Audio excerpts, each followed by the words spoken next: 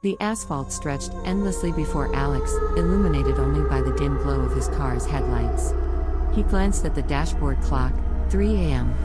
The highway was deserted, winding through the dense forest like a forgotten artery. Alex adjusted his grip on the steering wheel, feeling a shiver crawl down his spine despite the warmth of the heater. It was the perfect setting for a horror story, he thought, a fleeting amusement before his rational mind pushed the notion aside. But as the miles ticked by, unease settled in the pit of Alex's stomach.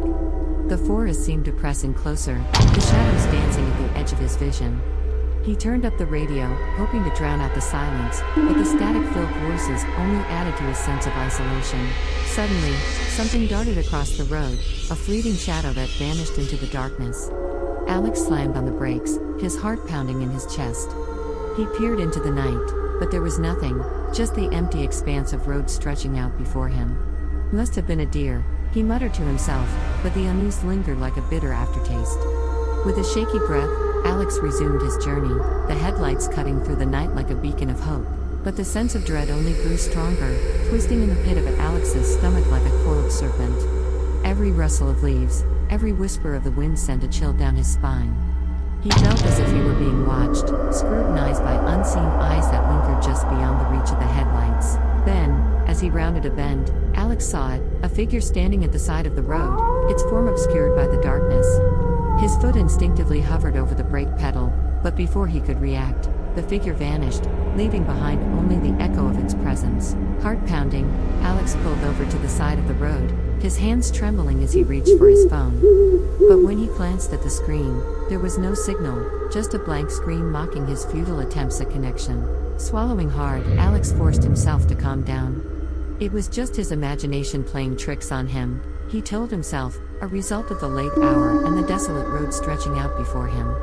But deep down, he knew that something wasn't right, that he was not alone on this lonely stretch of highway. With a shaky breath, Alex pulled back onto the road, the headlights cutting through the darkness like a knife.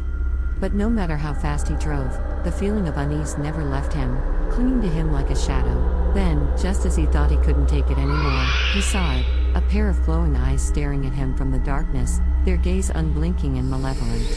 Alex's blood ran cold as he realized that he was not alone, that there was something out there, watching and waiting. Panicked, Alex slammed on the brakes, the tires screeching in protest as the car skidded to a halt. He fumbled for his phone, desperate for some form of connection, but it remained stubbornly silent, as if mocking his futile attempts at escape. Heart pounding, Alex glanced up at the rearview mirror, his breath catching in his throat at the sight that greeted him.